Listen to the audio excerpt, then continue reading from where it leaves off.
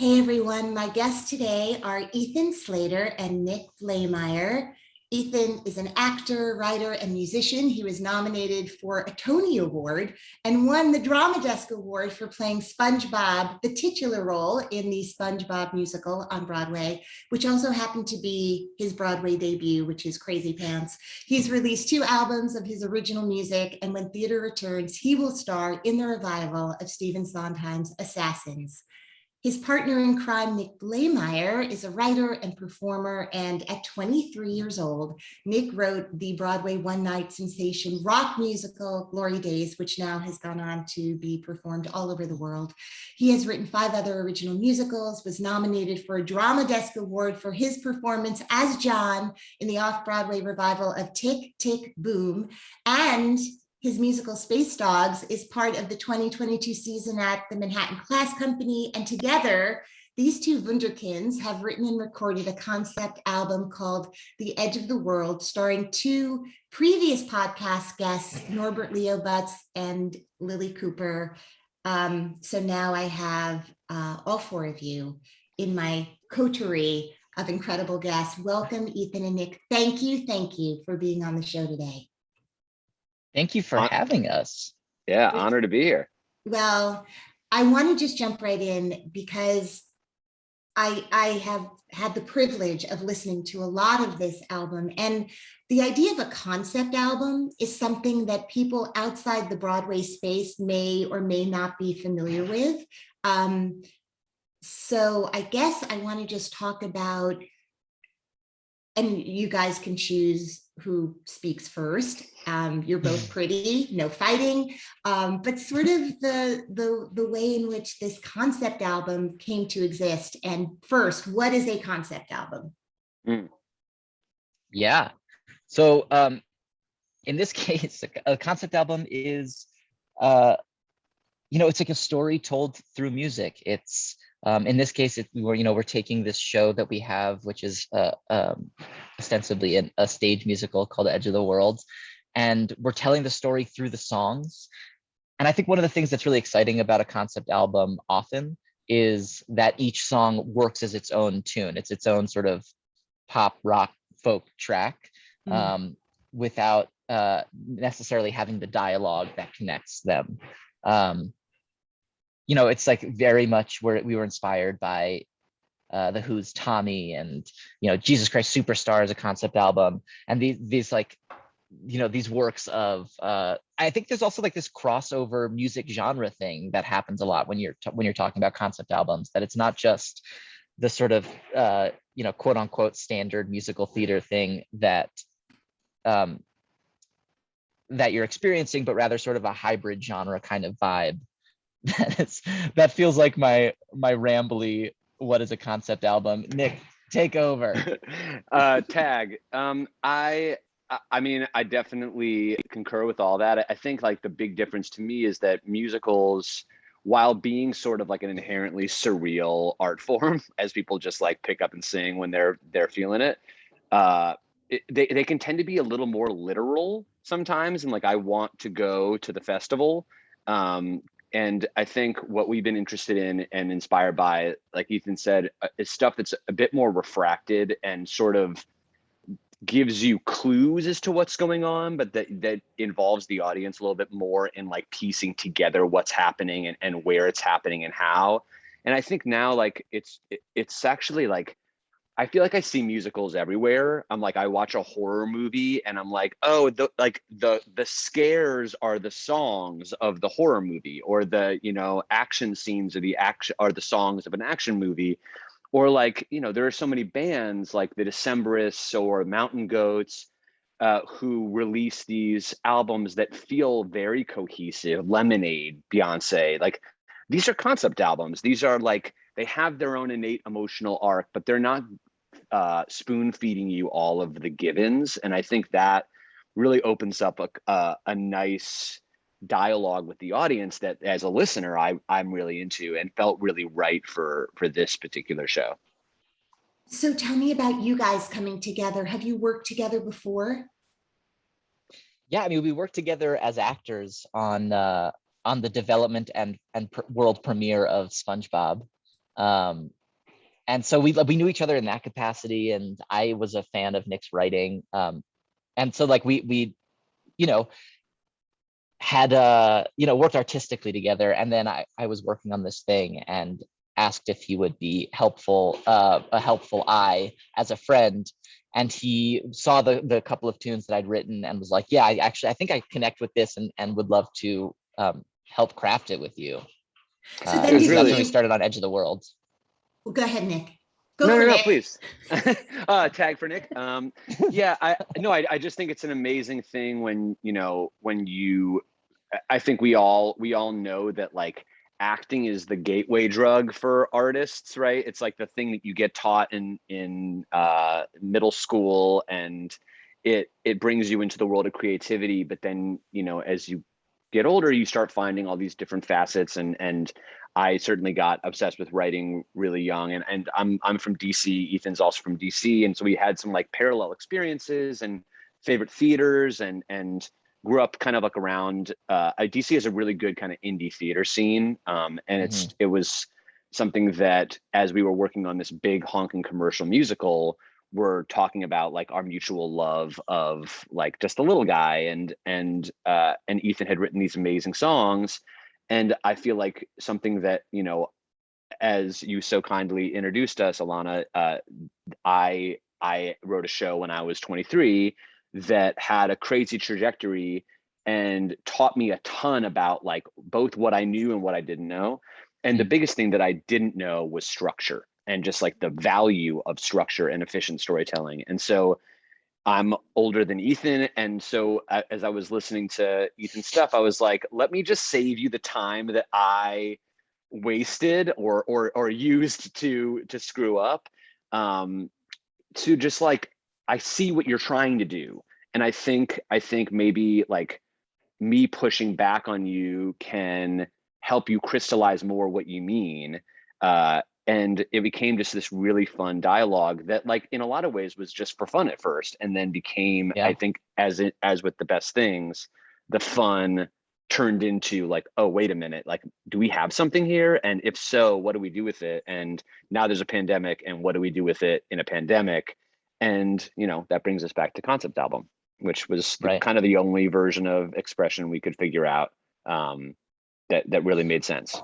Well, right. And like talking about something starting as like a fun exercise, we had been talking about recording an album sort of in various little ways. And part of that conversation, we're like, well, what happens if we just strip out all of the dialogue from the script? Let's just like get rid of all the book scenes. Let's see if we can tell the story song to song, and then like have these sort of interstitial physical moments that we would, and we did that. And it was just like much clearer. Like immediately we were like, oh, this is the story. And so a concept album not only is a really fun expression of the show in like one iteration, it's not only like, but it's actually a really great way to tell the story and to introduce the story to the world. Yeah, it told us what it was, which is the thing that, the best, your art is smarter than you, and it's a cool thing to kind of have to like put your ego second to like listen to it. Like, what does it want to be? Oh, it doesn't want a ton of literal given circumstances. Okay, it's pretty simple in its plot, but it's complicated in its inner life. How do we highlight that correctly? Just the songs. Okay, it's been cool. It's so crazy trying to talk about the creative process, right? Because it's so intangible in certain ways. Although I'm curious because, there are master classes now on everything, right? Like I could be a chef, I could be Oprah, like there are a million things that I can do. When you mentioned sort of talking to Ethan about structure based on your own experiences, is that something that can be taught? I mean, I know in screenwriting, you're like act one, act two, this is what has to happen by this page. Can you talk a little bit about that? And sort of when you said to Ethan, like, let me save you a minute here, like, what does that look like? Totally. I think it can be taught. And I actually think that we should sign up for Nick Blaemire's master. Yes, exactly. $100 an hour. I just saw it on Facebook advertised. I'm very excited.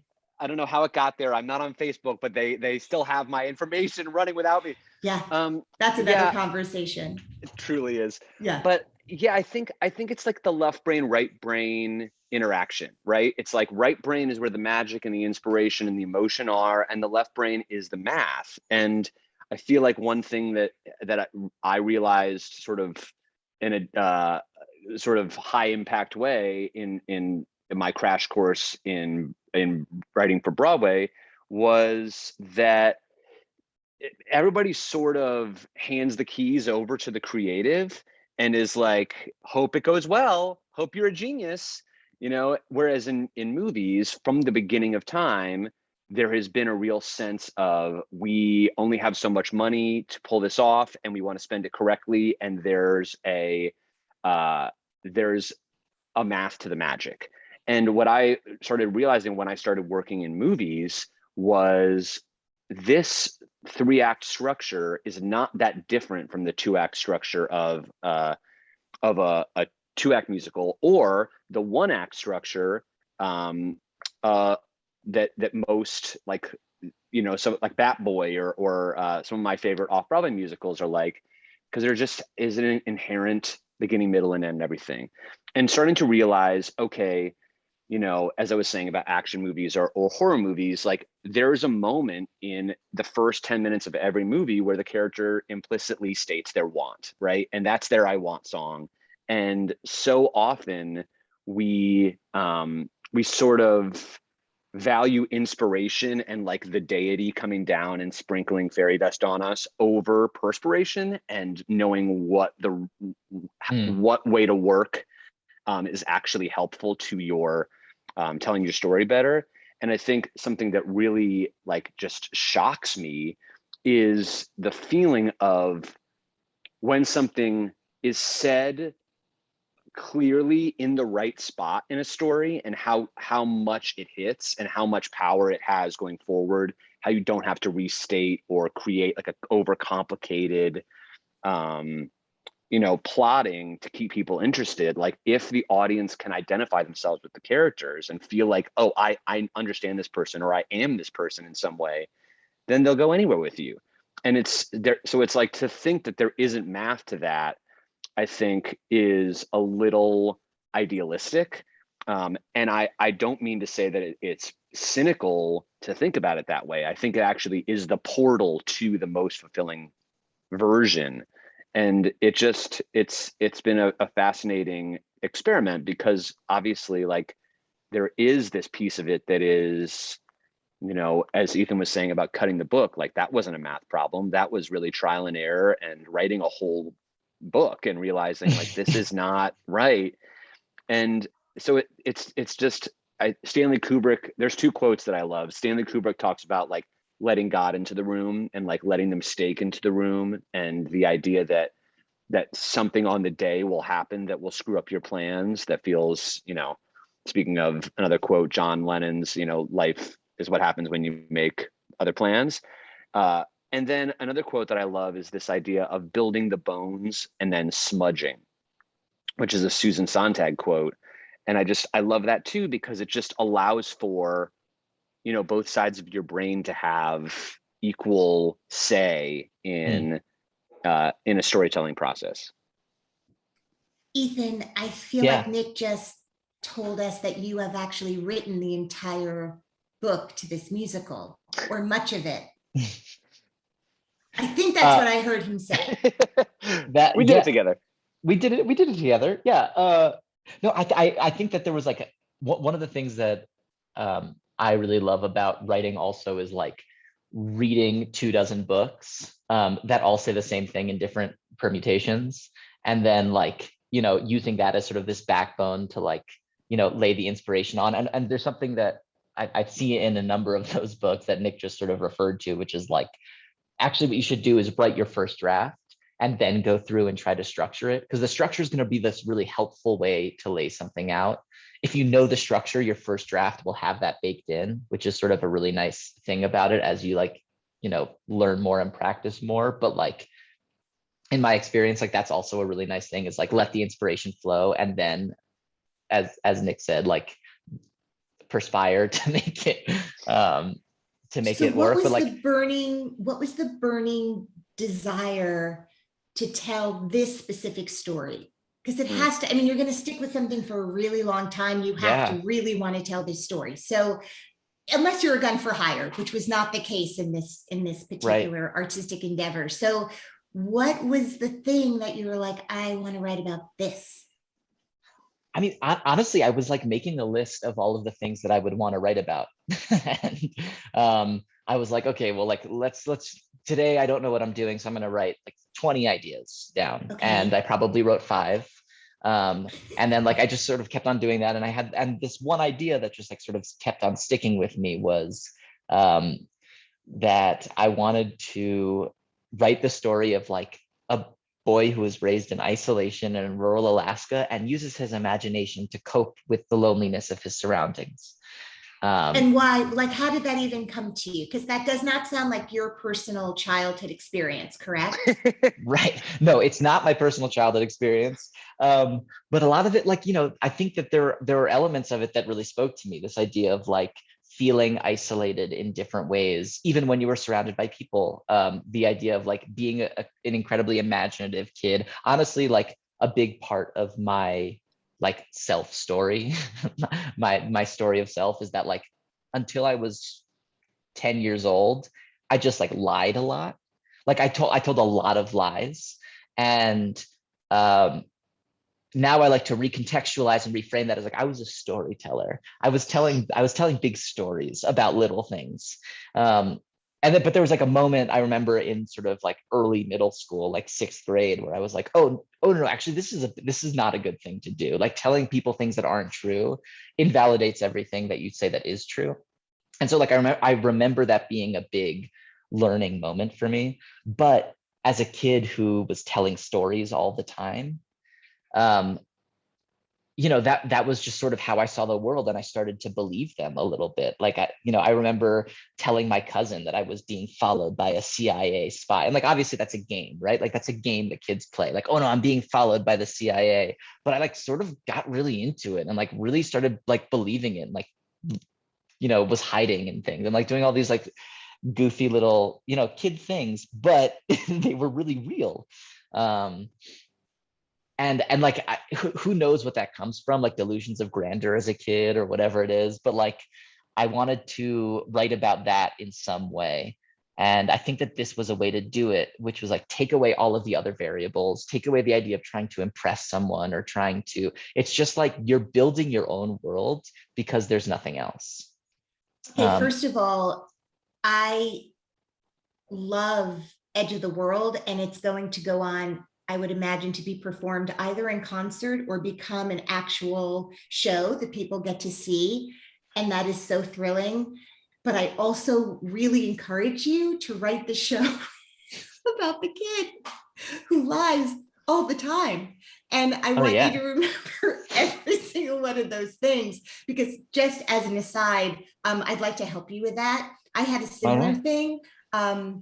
I was at a summer camp, and it was my summer of lies. And I told people I had a twin brother at the camp who did not exist. So talk about like, so I was constantly like, you just missed him. You just missed him.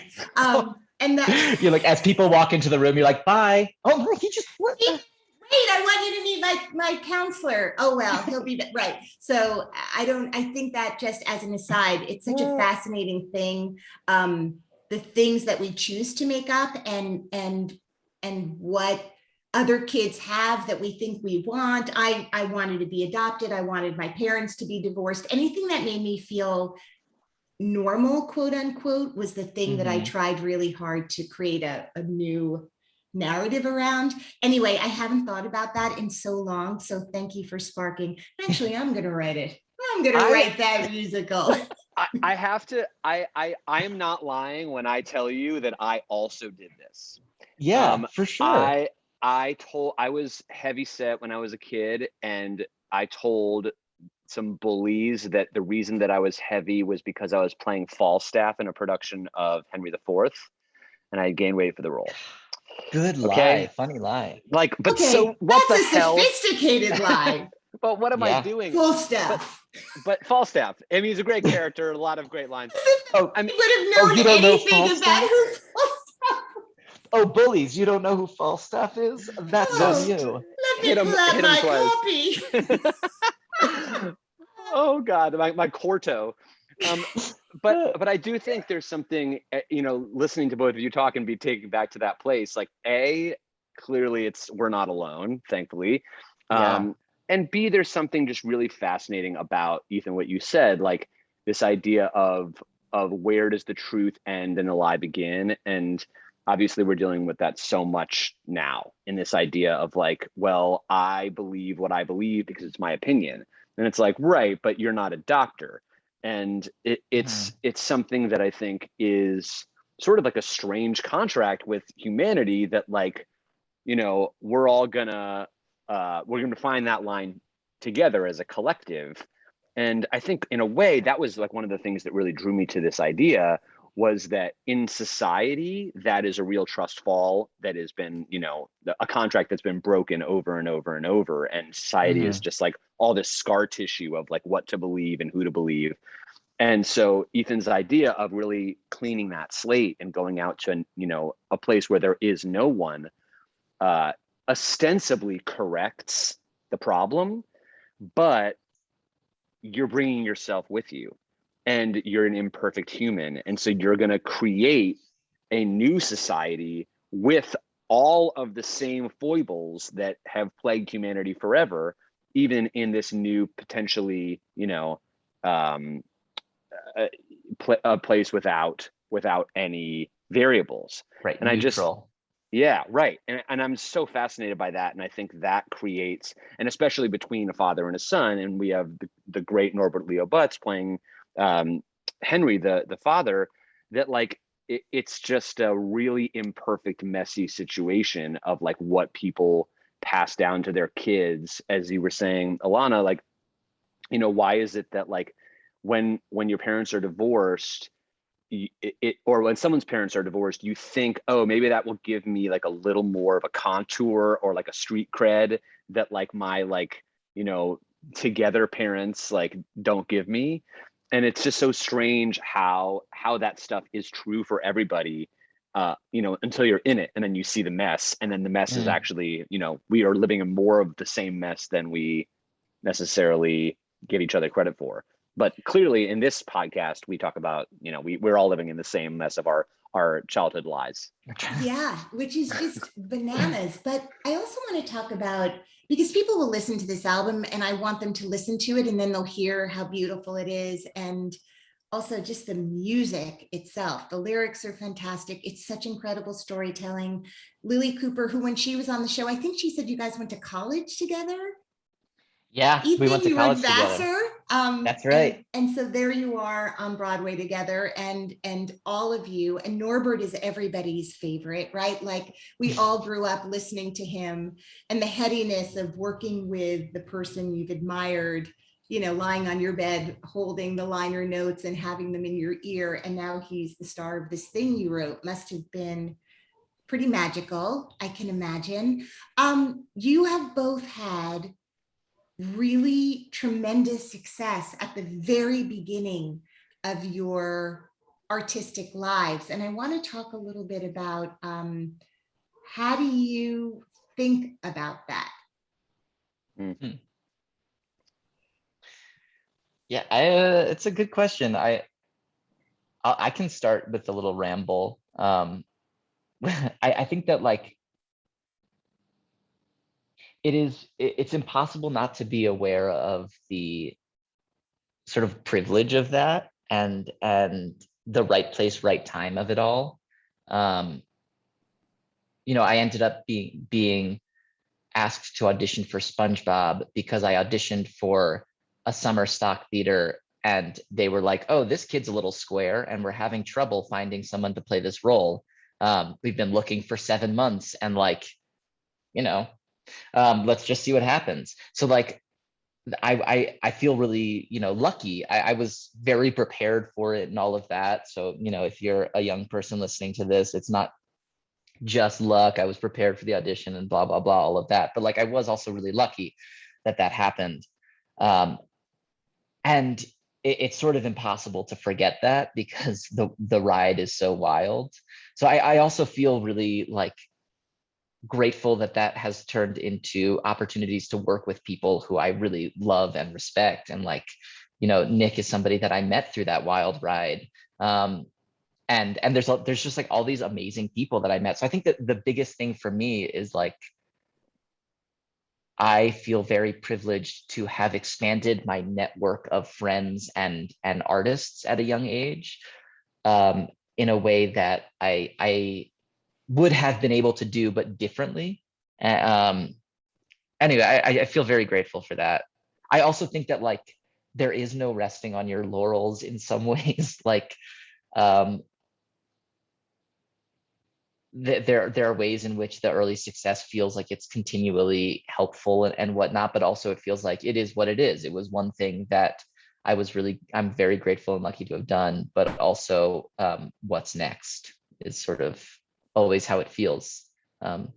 Yeah, I hope those don't just feel like platitudes, because those mostly are that's really how I think about it, if I think about it, which I'm not sure I always do. Yeah, I mean, it's very tricky because I think, you're stuck with the American dream, right? Speaking of like you bring yourself with you. Like, we don't really get a choice about being born into a society that values fame and fortune. And so you're going after it, whether you like it or not, to a certain degree. And especially if you get into to the arts, there's this sense of like, well, a human, like, I want to be seen, right? I want to be heard. I want to be made real by having an audience or something. And then the biggest version of that is to be a star or to be a success. And I think something that happened to me, and I think Ethan and I have talked about this a little bit, like, and you're mentioning it too in the way of like, what's next? There's this sense of like, when it happens, it's like, oh, but I'm still alive and I'm still moving forward. And like, now the thing that I was going after is behind me, but I'm still moving forward. And my wife says it really well. She's like, I feel like we're going after a carrot that like wilts the closer you get to it. And I think, the tricky thing is like, there's no way that if you haven't done the thing that you've set out to do, you'll ever believe what I'm about to say, because you need to do it in order to know that the carrot is wilted. But one of the things that I am most grateful for, along with everything that Ethan said, in terms of like, it is a privilege to be lucky enough to get to find out, right?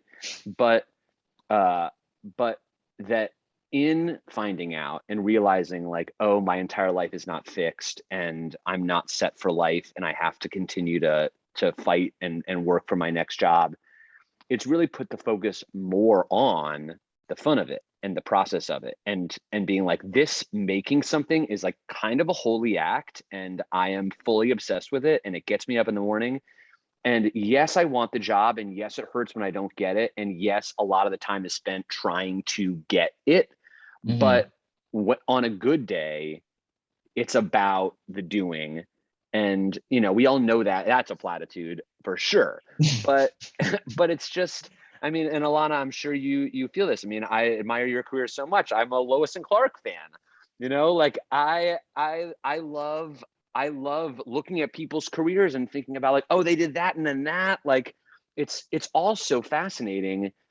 And it's that tip of the iceberg thing where like you see people's accomplishments and think like, what a perfect patchwork. They just like hopped from lily pad to lily pad, when actually maybe the most interesting things they ever did were like the gray, weird work in between those peak experiences, that like really fulfilled them and fueled them, and certainly fueled me. And I think both of you, to continue to like dig on these subjects and like, how do you write something that gets people feeling, how do you repay the favor that like Sondheim did for all of us, or Jonathan Larson or Tina Landau, these people who have like really set a bar as to like what's possible. It becomes more about trying to reach that more than like, can I make $1 million? Well, I think that one of the things that you're saying that's really making me think about like what is success. And I think that even in the experience of doing SpongeBob, I think I became really aware of the fact that what was quote unquote success about that experience was that I loved what I was doing and I was so proud of it. And a lot of people got to see it. Like it was this combo of things. Like, yes, I think in a lot of ways, if I wasn't proud of what I was doing, it still would have been felt like on the outside like a success, but on the inside, the reason it felt so good was because I was so proud of what I was doing and I loved my job. And I feel the same way about Edge of the World, like getting to be, even though we were on Zoom in a recording session with one of my idols, Norbert, and one of my best friends, Lily, like, and obviously Mick, and then new friend Aaron, who is in Minneapolis producing the hell out of this record. Like that felt like such a huge success. And I like watched these videos that Nick took of us like in the recording session, and I'm like, we're both just like, like, oh, this is a podcast, so I did some really great moves, dance moves mainly. Celebratory gestures. But it's just like that feels like, to me, that feels like a big success, like a massive, huge moment. And so I think that it's just about like constantly redefining it, and like it's in the doing of it, as Nick said, platitudinously. It's like in the doing of it that you're like, wow, I'm grateful that I get to do this at all. Well, first of all, we'll call the episode Platitudes.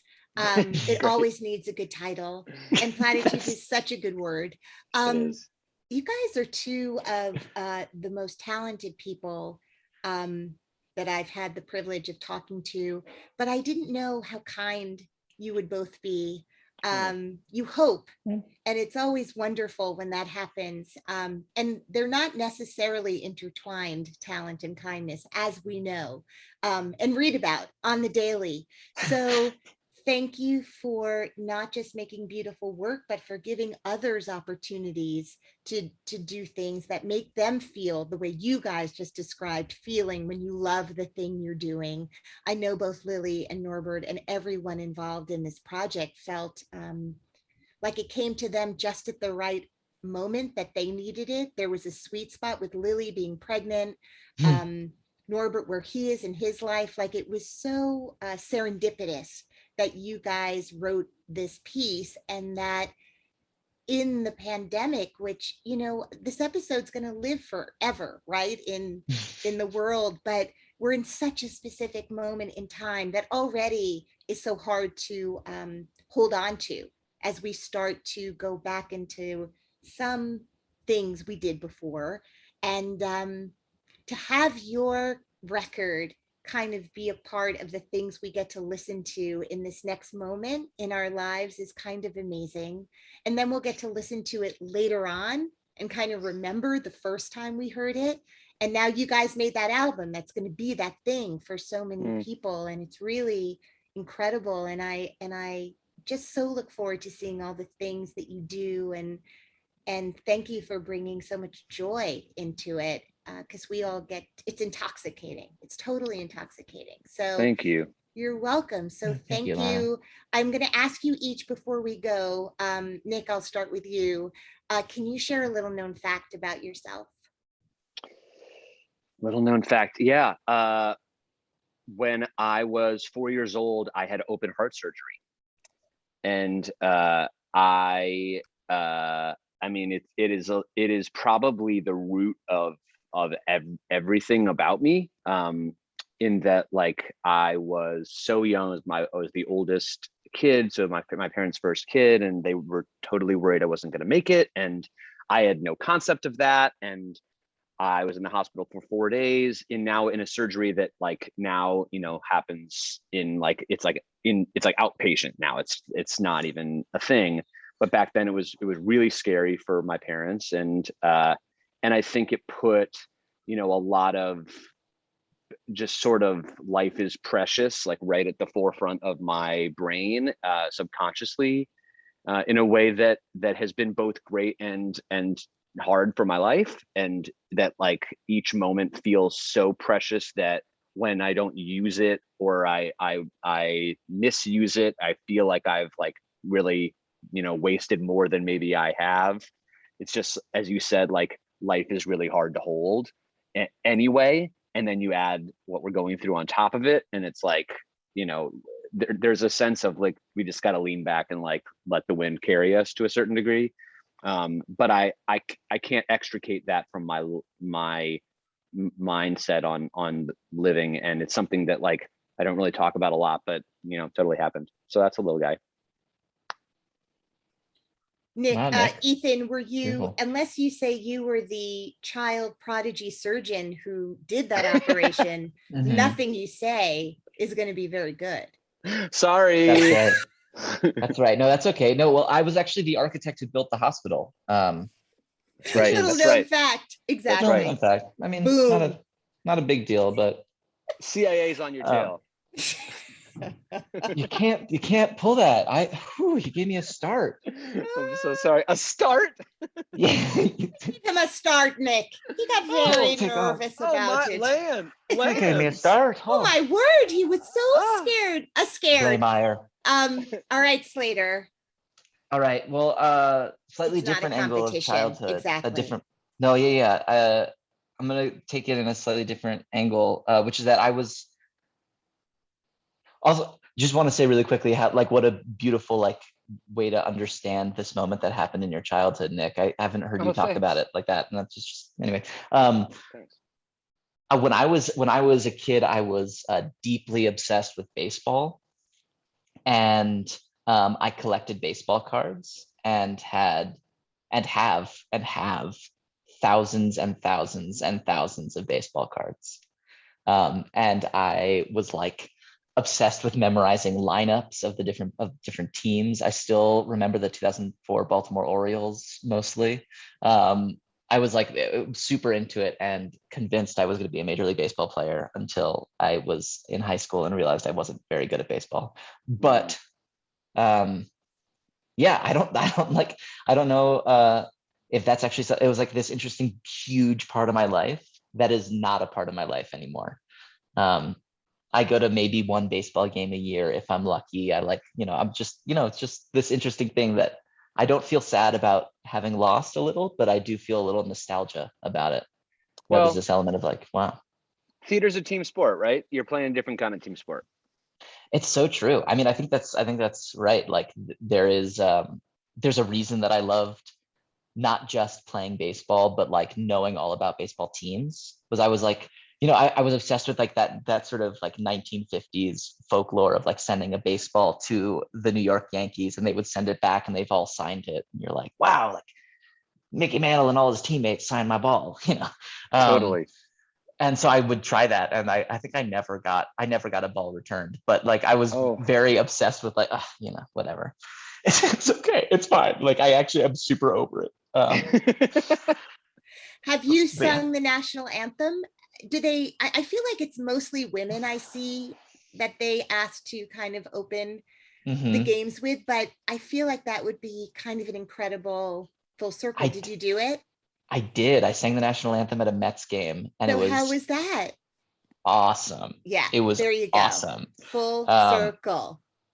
And I made a square as I yeah, full circle. Square skull. Oh, that's so awesome. Nick and Ethan, this has been delightful. And thank you for being on the show today. You guys are what a pleasure. Back at you. Thanks for having us. Yeah. All right. Take care, you guys. I'm stopping recording. Stopping recording.